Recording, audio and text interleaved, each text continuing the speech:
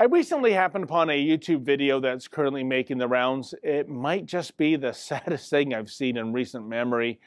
Melancholy aside, this short video also makes for a profound cautionary tale when it comes to the virus that is Islamofascism. Simply put, the video is a montage of amateur film clips shot in Afghanistan, Iran, and Libya. The first part is comprised of clips from the 1960s and 70s. Just call that time period the proverbial good old days.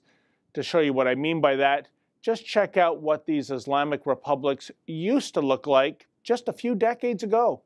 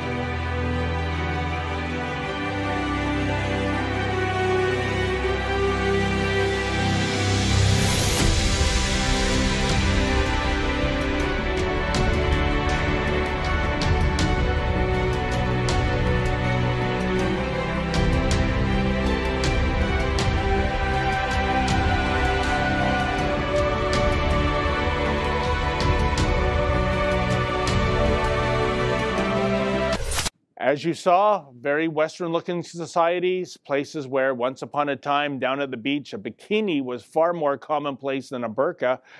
But as the saying goes, that was then and this is now. Let's fast forward the video to check out how these same countries look today. As you'll see, things are slightly different now.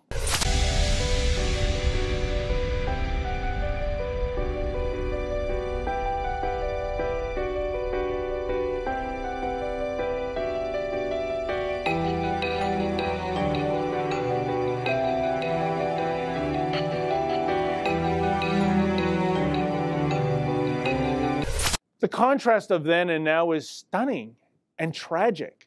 But the cautionary part of this tale is that a society beholden to Sharia law doesn't necessarily take bloom at the flick of a switch.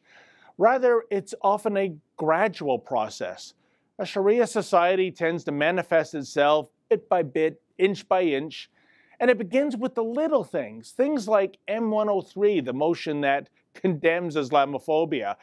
It begins with allowing for gender apartheid mini-mosques in public schools. It begins by having taxpayer-funded segregated swimming pools. And it's all aided and abetted by those primarily on the left, aka the useful idiots, those who will bend over backwards to offer reasonable accommodation to certain groups and individuals that embrace an ideology that is neither reasonable nor accommodating. That's where we find ourselves today in Canada and other Western democracies.